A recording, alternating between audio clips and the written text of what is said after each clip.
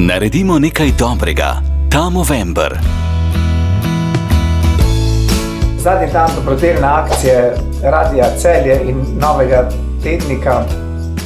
Malo prej mi je moj sin rekel, ati, s temi brki si pa res ogabim.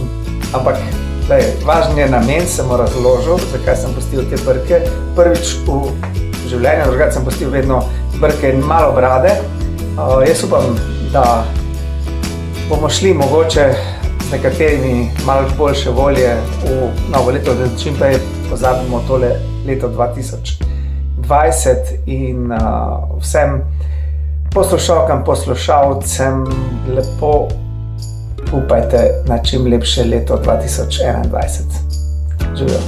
Najprej bi se rad zahvalil vsem, ki so v tem mesecu glasovali zame in za moje brke, brado in karkoli iz tega v tem mesecu nastalo. Ne glede na to, da si jo že cel mesec puščam, mi noče zrasti taka, kakor bi si jo mogoče sam tudi želel, ampak hvala Radiu Celje, da smo bili skupaj del ene odlične dobrodelne akcije. Je pa tako, da november še nikoli ni bil tako dolgi in da si bom z veseljem obril brado. Točno sem vedel, da je 30. november in hvala lepa.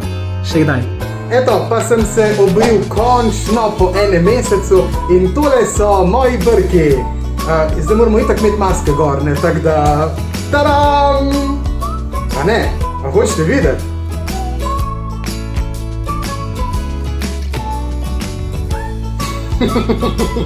A nisem tako en iz vročih filmov iz 80-ih.